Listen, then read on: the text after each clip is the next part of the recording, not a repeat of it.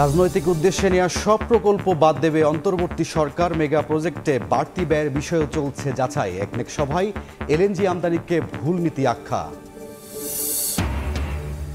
Line মেরামত শেষে প্রায় 11 ঘন্টা পর স্বাভাবিক মেট্রো আগারগাঁও মতিঝিল রুট। যাত্রী পরিবহন শুরু। ভায়াডাক্টরে বিয়ারিং প্যাড খুলে চলাচল বন্ধ হওয়ায় দিনভর পরম চোগান। এক সপ্তাহ পর হাসপাতাল থেকে বাসায় ফিরলেন বেগম খালেদা জিয়া। নির্বাচন ব্যবস্থা সহ রাষ্ট্র সংস্কারে অন্তর্বর্তী সরকারকে সময় দিতে হবে বললেন মির্জা ফখরুল।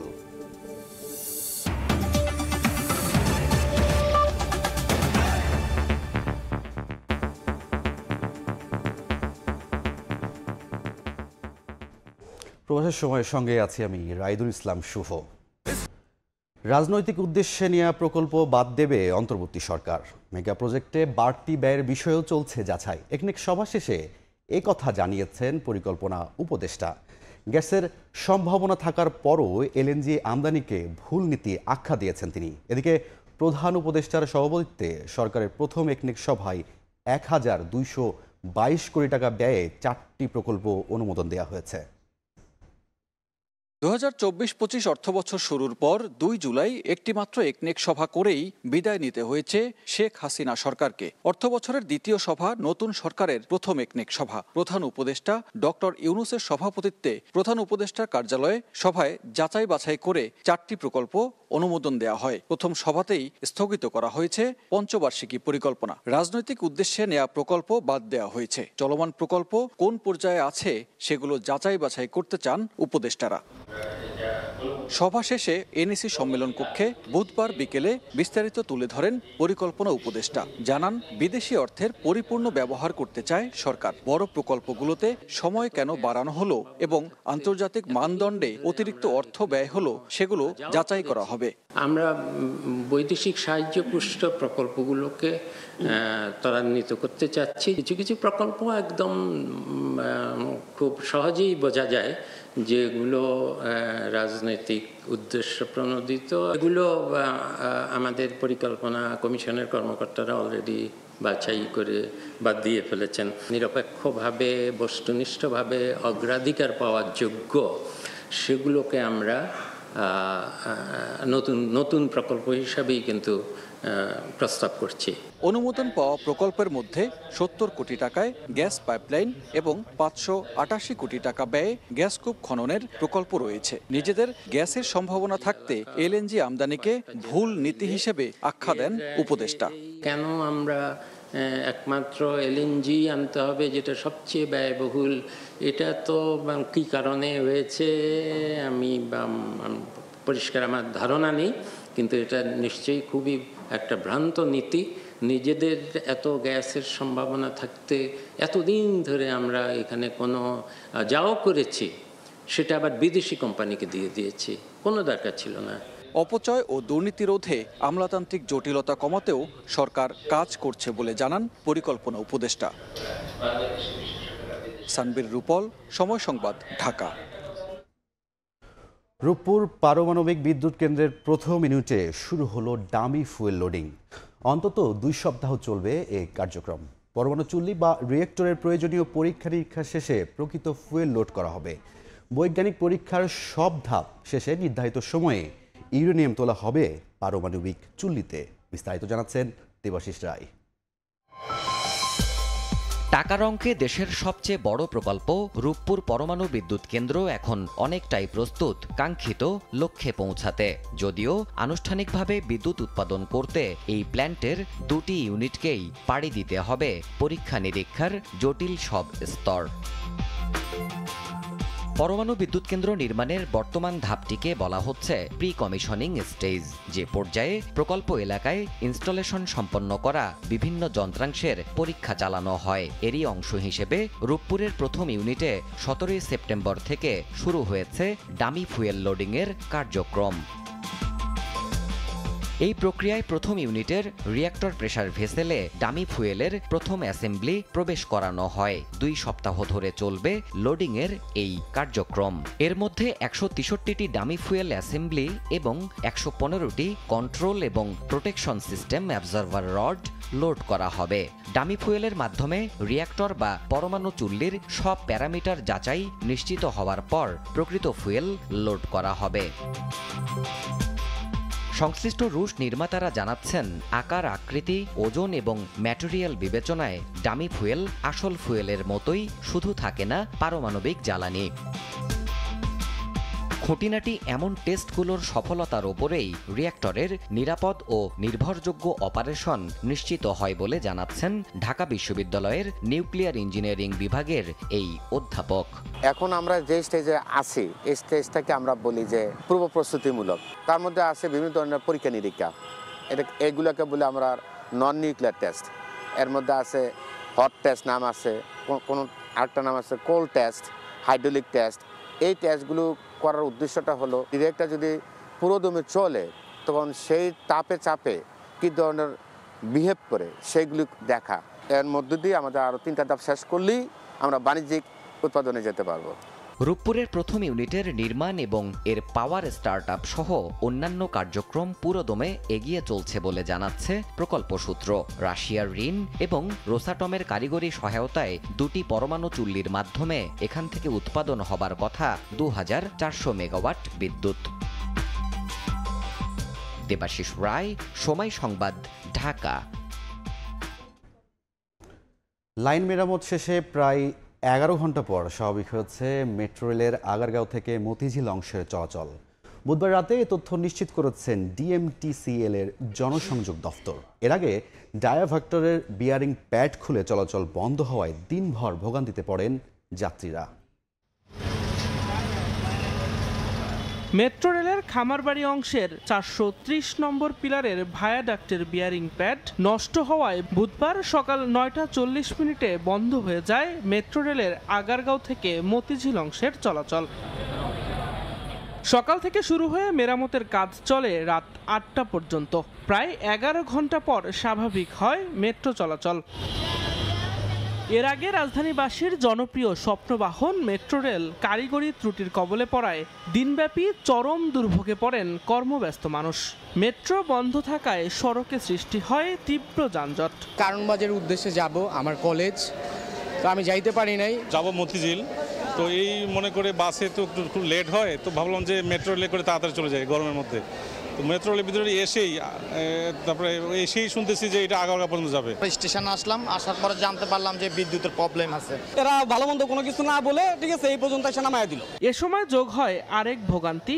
আগারগাঁও স্টেশনে বন্ধ হয়ে যায় অটোমেশন পদ্ধতিতে টিকিট বিক্রি। লম্বা লাইনে দাঁড়িয়ে টিকিট কাটতে হয় যাত্রীদের। এতে ক্ষোভ প্রকাশ করেন তারা। এখন এখান থেকে আমার সিএনজি অথবা উবারে করে যেতে হবে।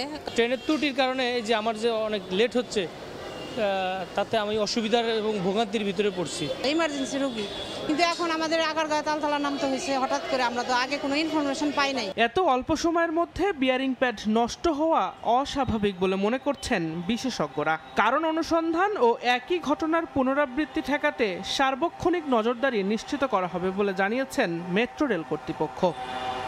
দিন মোহাম্মদ সাব্বির, সময় সংবাদ, ঢাকা। সাংবাদিকদের বিরুদ্ধে মামলা সরকার নয় ব্যক্তি পর্যায়ে ক্ষোভ থেকে হচ্ছে বলে জানিয়েছেন তথ্য ও সম্প্রচার উপদেষ্টা নাহিদ ইসলাম। সচিবালয়ে তিনি বলেছেন, নিরপরাধ কেউ সাজা পাবে না, তবে গণহত্যা ও ফ্যাসিবাদের সহযোগী প্রমাণ হলে সাংবাদিক, কবি বা সংস্কৃতি পরিচয়ে রেহাই মিলবে না। মামলাগুলো তো সরকার করছে না, বেশিরভাগই জনগণের জায়গা থেকে করছে বা বিভিন্ন অনেকে ব্যক্তিগত শত্রুতা থেকেও করছে।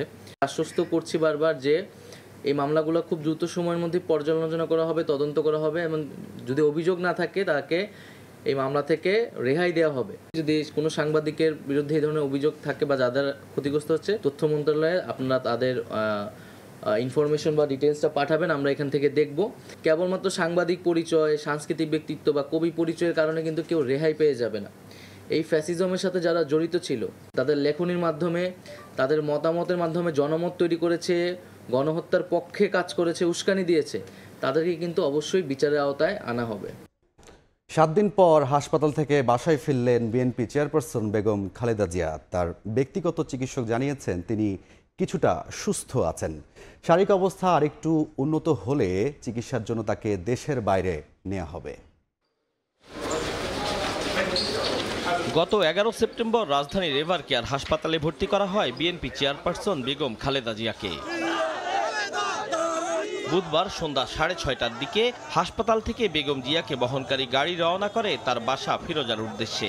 হাসপাতালের সামনে তখন নেতাকর্মীদের ভিড়। বাসায় ফেরার পর তার ব্যক্তিগত চিকিৎসক এবং বিএনপির স্থায়ী কমিটির সদস্য ডক্টর AJM জাহিদ হোসেন জানান, এখন অনেকটাই সুস্থ আছেন বেগম জিয়া, তবে দেশের বাইরে নেয়ার মতো শারীরিক অবস্থা এখন নেই তার। প্রত্যেকটা ডিজিজ ক্রমান্বয়ে বাড়ছে, যার জন্য ওনার শারীরিক সুস্থতা কখনো কখনো দেখা যাচ্ছে উনি বেশ ভালো আছে এবং অল্প একটুতেই দেখা যাচ্ছে উনি শারীরিকভাবে অসুস্থ বোধ করেন। যার জন্য যে যখন আপনি প্লেনে টেক অফ করবেন, ল্যান্ডিং করবেন, প্লেনে যখন থাকবেন, একটা নেগেটিভ প্রেশার থাকে। তো এই নেগেটিভ প্রেশারে ওনার যে হার্টের যে সমস্যা আছে, লিভারের যে সমস্যা আছে, কিডনির যে জটিলতা আছে, সব কিছু মিলিয়ে চিকিৎসকরা এখনও ওনাকে মনে করতে পারছেন না যে 12-13 ঘন্টা জার্নি করার মতো এই অবস্থায় উনি আছেন। আমরা চিকিৎসার ব্যাপারে খুবই মানে আশাবাদী এবং ইনশাআল্লাহ যত দ্রুততার সময় নেওয়ার চেষ্টা করছি। এ সময় জাহিদ হোসেন আরও বলেন, নেতাকর্মীদের প্রতিহিংসা পরায়ণ না হতে বেগম জিয়া আহ্বান জানিয়েছেন। নেতাকর্মী শুধু দেশের মানুষ যাতে কোনো অবস্থাতে আইন নিজের হাতে তুলে না দেয় এবং কোনো ধরনের প্রতিহিংসা পরায়ণতার মধ্যে আমরা যাতে না পড়ে আগের যে ঐতিহ্য সেটা আমরা ধারণ করতে চাই না, আমরা প্রতিহিংসা চাই না, আমরা আইনানুগ বিচার হোক সেটা চাই। এবং উনি এই পরিবর্তিত পরিস্থিতিতে উনি সত্যিকার অর্থে উনি অ্যাটলিস্ট আল্লাহর কাছে শুকরিয়া আদায় করে। BNP chairperson Begum Khaleda Zia arthritis, kidney, ফুসফুস, পরিপাকতন্ত্রের রক্তক্ষরণ এবং লিভার সিরোসিস সহ নানা রোগে আক্রান্ত। আতাউর কাউসার, সময় সংবাদ, ঢাকা। রাষ্ট্রীয় সংস্কারের সময়সীমা সীমাহীন নয় উল্লেখ করে সব সংস্কার কেন অন্তর্বর্তী সরকারকেই করতে হবে, এমন প্রশ্ন বিএনপি নেতাদের। এদিকে বিএনপি মহাসচিব মির্জা ফখরুল ইসলাম আলমগীর বলছেন, নির্বাচন ব্যবস্থা সহ রাষ্ট্র সংস্কারে সরকারকে সময় দিতে হবে। বুধবার দুপুরে রাজধানী ও ঠাকুরগাঁয়ে আলাদা অনুষ্ঠানে একথা বলেন দলটির নেতারা। খণ্ড খণ্ড মিছিল নিয়ে দলীয় সমাবেশে জড়ো হন বিএনপি ও সহযোগী সংগঠনের তৃণমূল পর্যায়ের নেতাকর্মীরা। বুধবার দিনভর নিজ জেলা ঠাকুরগাঁওয়ে এসব কর্মসূচিতে অংশ নিয়ে ব্যস্ত সময় পার করেন বিএনপি মহাসচিব মির্জা ফখরুল ইসলাম আলমগীর। সকাল থেকে বিকেল অবধি ঠাকুরগাঁও সদর, হরিপুর ও বালিয়াডাঙ্গি উপজেলায় বিভিন্ন জনসভায় যোগ দেন বিএনপি মহাসচিব। উত্তর জনপদে হাজারো জনতার সমাবেশে নেতাকর্মীদের সংযত থাকার সতর্ক বার্তা দেন মির্জা ফখরুল। বলেন, নৈরাজ্য করলে অবস্থা হবে আওয়ামী লীগের মতো। বিভিন্ন জনসভায় অংশ নিয়ে বিএনপি মহাসচিব বলেন, নির্বাচন ব্যবস্থা সহ রাষ্ট্র সংস্কারে সময় দিতে হবে অন্তর্বর্তী সরকারকে। এই সময়টুকু আমাদের এই যারা বর্তমান সরকারে আছে তাদেরকে দিতে হবে। এরা কাজ শুরু করেছে, এরা সবাই নিরপেক্ষ মানুষ, কোনো দল টল করে না, কিন্তু দেশটাকে ভালোবাসে, তারা দেশের জন্য কিছু কাজ করতে চায়। আমাদের দায়িত্ব হবে তাদেরকে সহযোগিতা করা। এদিকে জুলাই আন্দোলনে নিহতদের স্মরণে জাতীয় প্রেস ক্লাবে বাংলাদেশের বিপ্লবী ওয়ার্কার্স পার্টির আলোচনা সভায় যোগ দেন বিএনপির স্থায়ী কমিটির সদস্য নজরুল ইসলাম খান। রাষ্ট্রের সব সংস্কার অন্তর্বর্তী সরকারকেই কেন করতে হবে এমন প্রশ্ন রাখেন তিনি। নির্বাচন ব্যবস্থায় হয়তো সংস্কার দরকার, কিন্তু আমাদের ভাবতে হবে শুধু এই সব সংস্কারই কি একটা অন্তর্বর্তীকালীন সরকার করে দেবে? গণতান্ত্রিকভাবে নির্বাচিত জনগণের সরকারকেও অনেক কাজ করতে হবে, কিন্তু কি কাজ তারা করবেন এই প্রতিশ্রুতি তাদেরকে আগেই বলতে হবে। বিকেলে জাতীয় প্রেস ক্লাবে গোলটেবিল বৈঠকে অংশ নিয়ে বিএনপির আরেক স্থায়ী কমিটির সদস্য ডক্টর মঈন খান বলেন, সংস্কারের জন্য যৌক্তিক সময় মানি, সীমাহীন সময় নয়। বিষয়টি বিবেচনায় রাখতে অন্তর্বর্তী সরকারের প্রতি আহ্বান জানান তিনি। তারা যদি ভাবেন যে এটা একটা সীমাহীন সময়, যতদিন খুশি সময় নেবেন, তাহলে কিন্তু মানুষের আবার আমাদের দেশবাসী আজকে যে ছাত্র সমাজ তাদেরকে অ্যাপয়েন্ট করেছে, সেই ছাত্র সমাজই হয়তো আবার একদিন বলে বসবে একটা নতুন পরিস্থিতির সৃষ্টি হয়েছে। সময় তো যৌক্তিক এখন আর নেই, সেই যৌক্তিক সময় পার হয়ে গেছে। ছাত্র জনতার আস্থা ফেরাতে আরও কাজ করতে হবে রাজনীতিবিদদের। গোলটেবিল বৈঠকে এমন মত দেন বিএনপির সর্বোচ্চ নীতি নির্ধারণী ফোরামের এ নেতা। কেন তারা এত ভালো? ফারুক ভিয়া, রবিন, সময় সংবাদ, ঢাকা। সংবিধান সংস্কার কমিশনের প্রধান হিসেবে দায়িত্ব পেয়েছেন অধ্যাপক আলী রিয়াজ। মন্ত্রিপরিষদ বিভাগের এক প্রজ্ঞাপনে এ নিয়োগের কথা জানানো হয়। প্রজ্ঞাপনে বলা হয়েছে 11 সেপ্টেম্বর জাতির উদ্দেশ্যে দেয়া ভাষণে অন্তর্বর্তী সরকারের প্রধান উপদেষ্টা ডক্টর মোহাম্মদ ইউনূসের সংস্কারের জন্য প্রাথমিকভাবে 6টি কমিশন গঠন ও এগুলোর প্রধানের নাম ঘোষণা করেন। তখন সংবিধান সংস্কার কমিশনের প্রধান হিসেবে ডক্টর শাহদ্দিন মালিকের নাম উল্লেখ করা হয়েছিল, তবে তার পরিবর্তে আলী রিয়াজের নাম অন্তর্ভুক্ত করা হয়েছে। রাষ্ট্রবিজ্ঞানী আলী রিয়াজ যুক্তরাষ্ট্রের ইলিনয় স্টেট ইউনিভার্সিটির ডিস্টিংগুইশড ও অধ্যাপক ও American state university of Bangladesh স্টাডিজের প্রেসিডেন্ট।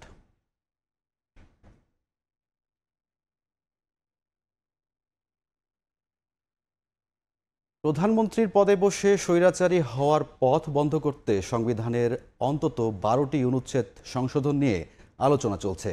যদিও সংশোধন কোনো প্রক্রিয়ায় হবে এ নিয়ে ভিন্ন ভিন্ন মত রয়েছে আইনজীবীদের। কেউ বলছেন নির্বাচিত সংসদ ছাড়া এটি সম্ভব নয়, আবার কারো মত গণভোটের মাধ্যমেও সংবিধান সংশোধন করতে পারে অন্তর্বর্তী সরকার। আফজাল হোসেনের report. The Constitution 17th Amendment Bill 2018 সর্বসম্মতিক্রমে পাশ হলো। 1972 সালের পর এখন পর্যন্ত 17 বার কাটাছেঁড়া করা হয় সংবিধান। কখনো সময়ের প্রয়োজনে, কখনো বা রাজনৈতিক উদ্দেশ্যে ক্ষমতাকে পাকাপোক্ত করতে। ইতিমধ্যে আমরা 14টা বিল পাস। অনেকের মতে বর্তমান সংবিধানে প্রধানমন্ত্রীর পদে বসে যে কারো স্বৈরাচারী হয়ে ওঠার সুযোগ রয়েছে। সেই কারণে ছাত্র জনতার গণঅভ্যুত্থানের পর সংবিধান সংশোধন অথবা পুনর্লিখনের দাবি ওঠে। এই আলোকে গঠিত হয় সংবিধান সংস্কার কমিশনও। আলোচনা চলছে অন্তত 12টি অনুচ্ছেদে সংশোধনী আনার। এছাড়া তত্ত্বাবধায়ক সরকার ব্যবস্থা সংবিধানে ফিরিয়ে আনা নিয়েও চলছে আলোচনা। সিনিয়র আইনজীবীরা বলছেন, মৌলিক কিছু সংশোধনীর দরকার থাকলেও গণতান্ত্রিক প্রক্রিয়া এবং জবাবদিহিতা নিশ্চিত করতে পারলে বর্তমান সংবিধান দিয়েই বৈষম্যহীন সমাজ গঠন সম্ভব। রাজনৈতিক মানসিকতা এবং পঞ্চদশ সংশোধনীতে যে তত্ত্বাবধায়ক সরকার পদ্ধতি বিলুপ্ত করার ফলে একদলীয় সরকারকে চিরস্থায়ী করার যে প্রবণতা, মিথ্যা ইলেকশন সাজিয়ে, নির্বাচন সাজিয়ে মানুষকে প্রতারণার মাধ্যমে ক্ষমতায় জোর করে বসে থাকা, এইগুলি হচ্ছে কারণ ছিল এক ব্যক্তির সর্বময় ক্ষমতার অধিকার বিস্তার লাভের জন্যে। আর এই কনস্টিটিউশন সেই ক্ষেত্রে খুব বেশি তাকে সহায়তা করেছে, তাকে দানব বানিয়েছে, এটা আমি মনে করি না। গণতান্ত্রিক ব্যবস্থাকে যদি সর্বোচ্চভাবে সংবিধানে বলবৎ করা যায় এবং সেই অনুযায়ী যদি কার্যকরণ করা যায়, তখন কোনোভাবেই একনায়কতন্ত্র সরকারের জন্ম হতে পারে না। গণতান্ত্রিক সরকার গঠনের প্রধান অন্তরায় হচ্ছে অনুচ্ছেদ 70। কি প্রক্রিয়ায় সংবিধান সংশোধন করা হবে এ নিয়ে ভিন্ন ভিন্ন মত রয়েছে আইনজীবীদের। কেউ বলছেন সংসদ ছাড়া সম্ভব নয়, আবার কারো মতে গণভোটের মাধ্যমে হতে পারে সংশোধন।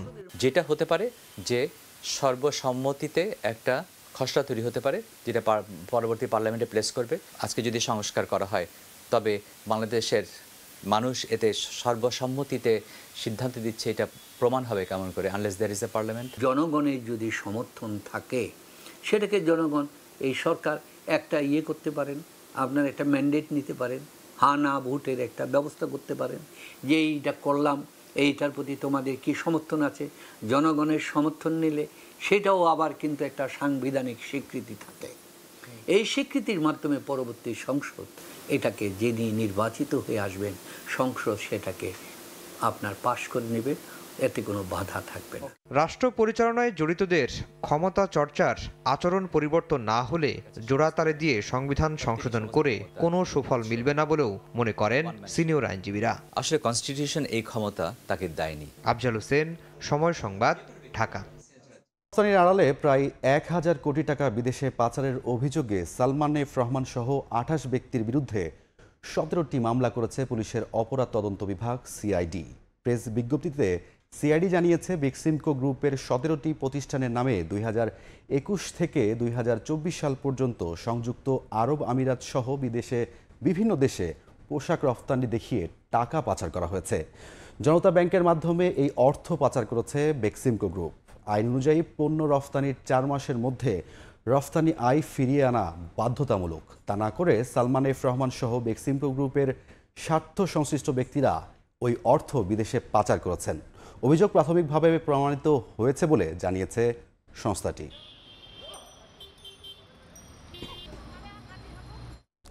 2014-18-24 সালের জাতীয় নির্বাচন অবৈধ ও প্রতারণামূলক অভিযোগ করে রাষ্ট্রদ্রোহী মামলা করা হয়েছে।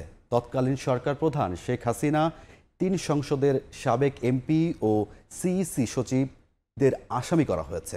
চট্টগ্রাম মেট্রোপলিটন ম্যাজিস্ট্রেট আদালতে করা মামলাটি গ্রহণ করে পুলিশকে তদন্তের নির্দেশ দিয়েছে বিচারক। ছাত্র জনতার অভ্যুত্থানের মুখে হাসিনা পালিয়ে যাওয়ার পর নানা অনিয়ম ও অপরাধের অভিযোগে সারা দেশে একের পর এক মামলা হচ্ছে গত সরকারের প্রধানমন্ত্রী সহ মন্ত্রী, এমপি, দলীয় নেতা ও প্রশাসনের অনেক ব্যক্তির বিরুদ্ধে। এবার হলো রাষ্ট্রদ্রোহ মামলা। বুধবার দুপুরে চট্টগ্রাম জেলা মেট্রোপলিটন ম্যাজিস্ট্রেট কাজী শরীফুল ইসলামের আদালতে মামলা করেন সাবেক বিএনপি নেতা ও মুক্তিযোদ্ধা একরামুল করিম। এতে 2014, 18 ও 24 সালে জাতীয় সংসদ নির্বাচনে অবৈধ ও প্রতারণামূলক ভোটের আয়োজন করায় শেখ হাসিনার সাবেক 3 সিইসি কাজী রাকিবউদ্দিন আহমেদ, KM নুরুল হুদা ও কাজী হাবিবুল আওয়াল সহ 18 জনকে রাষ্ট্রদ্রোহের অভিযোগ করা হয়। এছাড়া ওবায়দুল কাদের সহ 3 সংসদ সদস্যদেরও আসামি করা হয়। একটা ফ্রড অ্যাক্টের প্রতারণামূলক নির্বাচন ফেস করেছি আমি বা আমাদের দেশবাসী নির্বাচনে অংশগ্রহণ করতে পারে নাই। একজন নাগরিক, সিনিয়র নাগরিক হিসাবে আমি মনে করেছি এটি সংবিধান যারা রক্ষণ করার কথা তারা সংবিধান ভঙ্গ করেছে, ভঙ্গ করে রাষ্ট্রদ্রোহী মামলা অপরাধ করেছে। আদালত মামলা গ্রহণ করে পুলিশকে তদন্তের নির্দেশ দেন। বাদী পক্ষের আইনজীবীর অভিযোগ, গত 3 নির্বাচনে বিরোধী দল সহ অনেক জনপ্রিয় নেতার অংশগ্রহণ ছিল না। সাধারণ মানুষ ভোটাধিকারও প্রয়োগ করতে পারেনি। কমিশনের ব্যর্থতার কারণে প্রশাসন ও আইন শৃঙ্খলা বাহিনীও নির্বাচনী মাঠে একপেশে আচরণ করেছে। রাষ্ট্রদ্রোহিতা, প্রতারণা, মিথ্যা পরিচয়ের অভিযোগে আমরা মামলাটা আনয়ন করেছি। আদালত আমাদের মামলাটা গ্রহণ করেছে এবং চট্টগ্রামের পুলিশ সিনিয়র পুলিশ কর্মকর্তাদিকে তদন্তের জন্য বিষয়টা প্রেরণ করেছেন। আওয়ামী লীগ সরকার 2011 সালে সংবিধানের 15 সংশোধনীর মাধ্যমে তত্ত্বাবধায়ক সরকার ব্যবস্থা বাতিল করে দলীয় সরকারের অধীনে নির্বাচন ব্যবস্থা অন্তর্ভুক্ত করে। এরপর একে একে 2014, 18 ও 24 সালে বিএনপি জামাত সহ সমমনা দলকে বাইরে রেখে জাতীয় পার্টি ও নাম সর্বস্ব কয়েকটি দল ও ব্যক্তিকে নিয়ে করা জাতীয় নির্বাচনে এককভাবে জয়লাভ করে। 3টি নির্বাচনই সংবিধানের খেলাপ হওয়ায় এমন রাষ্ট্রদ্রোহ ও প্রতারণার মামলা হয়েছে বলে জানান বাদীপক্ষের আইনজীবী। শফিকুল আলম, সময় সংবাদ। চেষ্টা করা হচ্ছে জানিয়ে ধর্ম উপদেষ্টা বলেছেন, আগামী মাসে 2025 সালে হজ প্যাকেজ ঘোষণা করা হবে। বুধবার বিকেলে সচিবালয়ের সময় সংবাদকে তিনি একথা জানান। হজের 3টা পার্ট প্যাকেজের, বিমান, মক্কা এবং মদিনায় আবাসন, 3 নম্বর সৌদি গভর্নমেন্টকে আমাদের একটা টাকা দিতে হয়, এটা 1,30,000 টাকার মতো। আগামী দিনে এটাকে আরও স্বচ্ছন্দ করার জন্য রেট কমিয়ে আমরা চেষ্টা করছি এবং অতিরিক্ত ম্যান পাওয়ার আমরা নেব না। দেশে খাদ্য সংকটের ঝুঁকি মোকাবেলায় 2 লাখ টন চাল ও 4 লাখ টন গম আমদানির নীতিগত অনুমোদন দেওয়া হয়েছে। এ তথ্য জানিয়েছেন অর্থ উপদেষ্টা সালেউদ্দিন আহমেদ। সচিবালয়ে অর্থনীতি বিষয়ক উপদেষ্টা পরিষদ কমিটির বৈঠকে এ অনুমোদন দেওয়া হয়। এরপর সরকারি ক্রয় সংক্রান্ত উপদেষ্টা পরিষদ কমিটির বৈঠকে 3টি প্রস্তাব উত্থাপিত হলেও অনুমোদন দেয় 2টি। এর মধ্যে চলতি অর্থ বছরে সৌদি আরব থেকে প্রথম দফায় 30,000 মেট্রিক টন বাল্ক প্লানিক ইউরিয়া সার আমদানির অনুমোদন দেওয়া হয়েছে। একই পরিমাণ সার কেনা হবে কাতার থেকেও।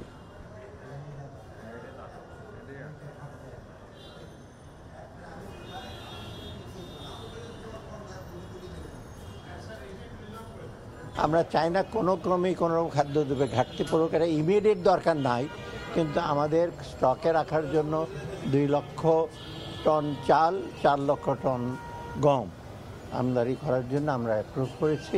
ইমিডিয়েটলি আমাদের সারের সবচেয়ে বেশি প্রয়োজন হবে, আমন শেষ হওয়ার পর বড়তে কিন্তু সবচেয়ে বেশি সারের প্রয়োজন হয়। ব্যাংক কোম্পানি আইন সংশোধন করলে 60% খেলাপি ঋণ আদায় সম্ভব। এছাড়া এতদিন এ খাতের কিছু ক্ষেত্রে কঠোরতা, আবার কিছু ক্ষেত্রে নমনীয় ছিল কেন্দ্রীয় ব্যাংক। এগুলোর সমাধান প্রয়োজন। বাংলাদেশ ব্যাংকের গভর্নরের সঙ্গে সাক্ষাৎ শেষে একথা জানিয়েছেন বাংলাদেশ অ্যাসোসিয়েশন অব ব্যাংকসের নেতারা। 17 বছর পর নতুন নেতৃত্ব পেয়েছে বাংলাদেশ অ্যাসোসিয়েশন অব ব্যাংকস। বিকেলে নতুন কমিটির নেতারা বৈঠকে বসেন বাংলাদেশ ব্যাংকের গভর্নরের সঙ্গে। বৈঠক শেষে সাংবাদিকদের প্রশ্নের জবাবে বিএবি চেয়ারম্যান জানান, এখন পর্যন্ত ব্যাংকগুলোর কিছু জায়গায় অতিরিক্ত শাসন আর কিছু জায়গায় কম শাসন করে আসছে কেন্দ্রীয় ব্যাংক। বৈঠকে এই বিষয়েরই সমাধানের আলোচনা হয়েছে।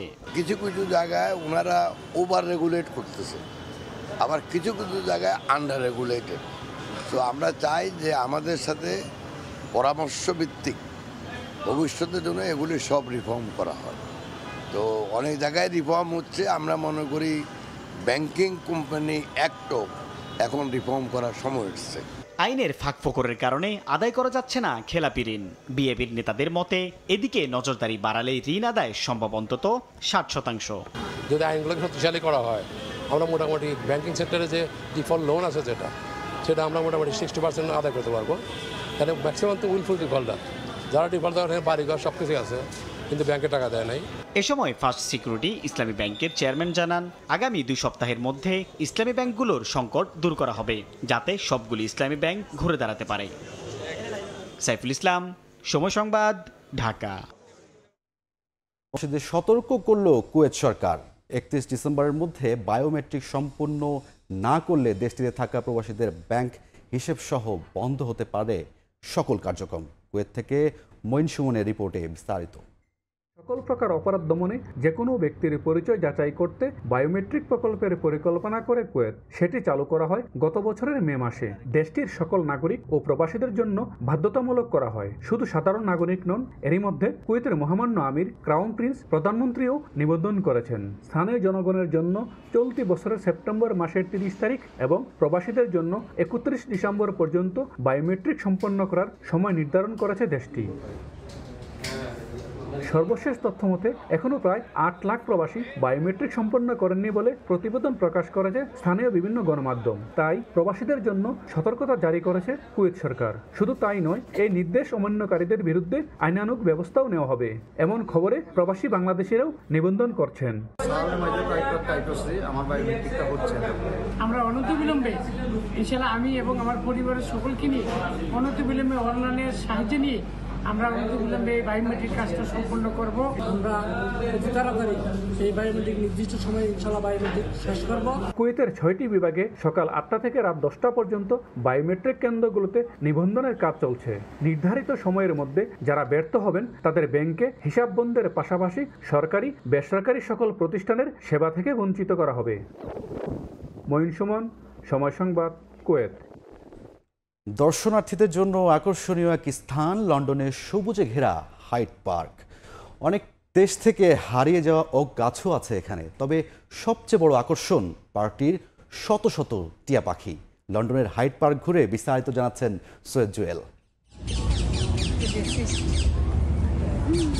লন্ডনের হাইড পার্ক প্রায় 5 কিলোমিটার জুড়ে এই পার্কের এক কোনায় জায়গা করে নিয়েছে টিয়া পাখি।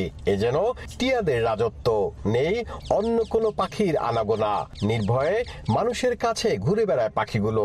কারো হাতে পছন্দের ফল থাকলে খেয়ে উড়ে যায় গাছের মগডালে।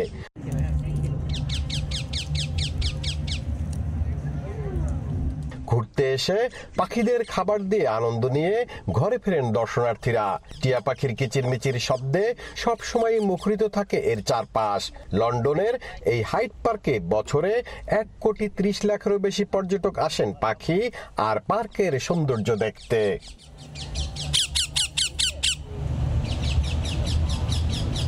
পৃথিবীর অনেক দেশ থেকে টিয়া পাখি হারিয়ে গেল, লন্ডনের এই হাইড পার্কে এখনো শত শত টিয়া পাখি এভাবে ভালোবাসা ছড়ায় মানুষের হাতে এবং শরীরে। এভাবেই পশু পাখি প্রাণীর প্রতি মানুষের ভালোবাসা এবং প্রাণীদের প্রতিও মানুষের যে ভালোবাসা তারই বহিঃপ্রকাশ ফুটে ওঠে হাইড পার্কে। লন্ডনের হাইড পার্ক থেকে সৈয়দ জিয়াল, সময় সংবাদ। দেখছেন প্রবাসের সময়। বাংলাদেশ ভারত টেস্ট সিরিজের খবর। জয় পরাজয় নিয়ে ভাবনা নয়, বরং টেস্ট ক্রিকেটের কুলিং সদস্যরা ভারতের বিপক্ষে নিজেদের সামর্থ্যের প্রমাণ দিতে চান বাংলাদেশ অধিনায়ক নাজমুল হোসেন শান্ত। ধরে রাখতে চান পাকিস্তানের বিপক্ষে সিরিজ জয়ের আত্মবিশ্বাস। অন্যদিকে বাংলাদেশকে সমীহ করছে স্বাগতিকরা, তবে দলটির কোচ গৌতম গম্ভীর মাঠে বুঝিয়ে দিতে চান দু দলের পার্থক্য। চিদাম্বরে ম্যাচ শুরু হবে বৃহস্পতিবার সকাল 10টায়। চেন্নাই থেকে মাহবুব রিমনের ম্যাচ প্রিভিউ। চেন্নাইয়ের ক্রিকেটে বহুল চর্চিত বাক্য, আপনি গরমকে জয় করতে পারলেও উইকেটকে জয় করতে পারবেন না। মধ্য দুপুরে তীব্র তাপপ্রবাহ, তবুও নেটে সাবলীল সাকিব। হিথ্রো থেকে চেন্নাই, মধ্যরাতে দলের সঙ্গে যোগ দিলেও অনুশীলন দেখে তা বোঝার উপায় নাই। 15 তারিখ পৌঁছে টানা 2 দিনের অনুশীলন, তাই তো ম্যাচটির আগের দিন বিশ্রামে টাইগাররা। ঐচ্ছিক অনুশীলনে সাকিবের সঙ্গী কেবল মুশফিক, জাকির, নাইম, মুমিনুল আর তাইজুল। চিদাম্বরমে 2 ডাগআউটের সবচাইতে বেশি আলোচনা হচ্ছে উইকেট নিয়ে। টাইগার কোচিং স্টাফও ছুঁয়ে দেখেছেন পিচ, তবে ওসব নিয়ে ভাবছেন না শান্ত। উইকেটের ব্যাপারে যতটুকু দেখে বুঝেছি ভালো একটা উইকেটই হবে। খুব বেশি স্পিন বা পেস বোলিং এটা নিয়ে কথা বলতে চাই না। কালকে যত তাড়াতাড়ি সম্ভব আমরা উইকেটটা অ্যাডাপ্ট করার চেষ্টা করব, কারণ স্পিন এবং পেস দুই দিক থেকে আমার মনে হয় আমাদের টিমটা ব্যালেন্স আছে। সো খুব বেশি একটা এটা নিয়ে চিন্তার কারণ হবে না। এসজি বলের জুজুর হয়তো আছেই, সঙ্গে দলের দুশ্চিন্তা বাড়াচ্ছে টপ অর্ডারের অফ ফর্ম। তবে টাইগার অধিনায়কের ভাবনাটা ভিন্ন, নিজেদের শক্তিমত্তা দেখাতে চান প্রতিটি সেশনে। বল নিয়ে খুব বেশি মাথা ঘামানোর প্রয়োজন আমার কাছে মনে হয় না, কারণ সবাই ইন্টারন্যাশনাল অনেকদিন ধরে খেলছে। এই ধরনের জিনিসগুলো অ্যাডাপ্ট করার অ্যাবিলিটি সবারই আছে। অন্যদিকে বাংলাদেশের বিপক্ষে সিরিজ দিয়ে টেস্ট কোচ হিসেবে অভিষেক হচ্ছে গৌতম গম্ভীরের। অপেক্ষাকৃত সহজ প্রতিপক্ষ হলেও বাংলাদেশকে সমীহ করছেন তিনি। পাকিস্তানের বিপক্ষে ঐতিহাসিক সিরিজ জয়ে টাইগারদের অভিনন্দন জানিয়ে সতর্ক করেছেন নিজ দল নিয়েও। Congratulate Bangladesh for what they've done against Pakistan, but it's a new start, it's a new series, it's a new opposition as well. We're going to go out there and play the brand of cricket what we want to play, and we'll try and give, I think that's not right to say that 100%. I think we're going to try and give everything possible on the cricket field, because that is what champion sides do. They don't look at the opposition. They try and control the game. They try and play the way they want to play the game. And as I just said again, I think we respect Bangladesh as the opposition. We respect Bangladesh as a team, and that will always stay. টেস্টে এ পর্যন্ত দু দলের 13 সাক্ষাতে মোটে 2টো ম্যাচই draw করতে পেরেছে team tiger. বাংলাদেশের একাদশে 2 পেসারের সঙ্গে খেলানোর আভাস মিলছে 3 স্পিনারের। সেক্ষেত্রে সাকিব, মিরাজের সঙ্গী হচ্ছেন তাইজুল ইসলাম। প্রায় 2 দশক আগে এশিয়ার কোনো প্রতিপক্ষের বিপক্ষে ঘরের মাঠে টেস্ট ম্যাচ হেরেছিল ভারত, আর টিম ইন্ডিয়া ঘরের মাঠে সিরিজ হেরেছিল, তাও পার হয়েছে 1 যুগের বেশি। অন্যদিকে বাংলাদেশ আভিজাত্যের ক্রিকেটে পার করছে তাদের সেরা সময়। সব মিলিয়ে ভারত বাংলাদেশ সিরিজ তাই মাঠ ও মাঠের বাইরে ছড়াচ্ছে আলাদা রোমাঞ্চ। তবে সেখানে বাদ সাধতে পারে বিরূপ প্রকৃতি, আলাদা করে বললে তীব্র তাপপ্রবাহ, যা জয় করতে হবে টাইগার ব্যাটসম্যানদের। মাহবুব রিমন, সময় সংবাদ, চিদম্বরম স্টেডিয়াম, চেন্নাই, ভারত। ভারত কঠিন প্রতিপক্ষ হলেও বড় স্বপ্ন দেখছেন বিসিবি পরিচালক নাজমুল আবেদিন ফাহিম। চিদাম্বর স্টেডিয়ামের উইকেটে ঘাস থাকায় ম্যাচে বাড়তি সুবিধা পাবে স্পিনাররা। এছাড়া চেন্নাইয়ে মাত্রা অতিরিক্ত গরম হলেও তার সঙ্গে ক্রিকেটাররা মানিয়ে নিয়েছেন বলেও জানান তিনি। মাহবুব রিমনের প্রতিবেদন। চেন্নাইয়ের চিদম্বরম থেকে সবাইকে স্বাগত। সঙ্গে আছেন বিসিবি পরিচালক নাজমুল আবেদিন ফাহিম। ভারত বাংলাদেশ প্রথম টেস্ট নিয়ে কথা বলবো তার সঙ্গে। স্যার, আপনাকে স্বাগত, ধন্যবাদ সময় দেওয়ার জন্য। অনেক সময় দেখলাম উইকেট দেখেছেন, উইকেটটা কেমন দেখলেন? না, উইকেটে ঘাস আছে, হার্ড মনে হলো। আমি তো ধরে দেখিনি, বাট কোচে ধরে দেখেছে, মনে হচ্ছে হার্ড। যথেষ্ট ভালো প্রিপারেশন নেওয়া হয়েছে উইকেটে। বল গড়ালে বোঝা যাবে এক্স্যাক্টলি কেমন। তবে মনে হচ্ছে যেহেতু অনেক কড়া রোদ আছে, আজকে ওয়াটারিং বোধহয় করা হবে। এই উইকেট হয়তো ব্যাটিংয়ের জন্য ভালো হতে পারে, হয়তো আস্তে আস্তে একটু ড্রাই হয়ে যেতে পারে, স্পিনার সহায়তা পেতে পারি। তো আমার মনে হয় আগে থেকে প্রেডিক্ট করা ডিফিকাল্ট, বাট খুব একটা খারাপ হবে না। প্রচন্ড গরম, আমাদের ওয়েদারের সঙ্গে খুব একটা সিমিলার না। গরমটা স্যার কতটুকু ফুরাতে পারে আমাদের মোটামুটি প্রিপারেশন আছে, গরমের উপর প্রিপারেশন আছে। আমার মনে গরমে খুব একটা অসুবিধা হবে না, সবাই মেন্টালিও ভালো অবস্থায় আছে, ভালোই হবে। স্যার, ভারতের সঙ্গে এর আগে সবশেষ যে 2টো টেস্ট খেলেছে, শেষ ম্যাচটা ঘরের মাঠে আমরা প্রায় জিততে গিয়েছিলাম। বদলে যাওয়া বাংলাদেশ নিশ্চয়ই ইতিবাচক ফলের আশা করে। খুব আশা করছি। ভারত চ্যালেঞ্জিং একটা দল, বাট আমাদের মনোবল যথেষ্ট ভালো জায়গায় আছে। নাজমুল আবেদিন ফাহিম যেটা বললেন, সামনে অনেক প্রতিবন্ধকতা রয়েছে, তবে সেই প্রতিবন্ধকতাগুলোকে জয় করতে হবে বাংলাদেশ দলকে, আর তা যদি তারা করতে পারে তবে ইতিবাচক ফলই আসবেই চিদম্বরমে। মাহবুব বিমন, সময় সংবাদ, চিদম্বরম স্টেডিয়াম, চেন্নাই, ভারত। এই ছিল প্রবাসের সময়ের সঙ্গেই থাকুন সময়ের।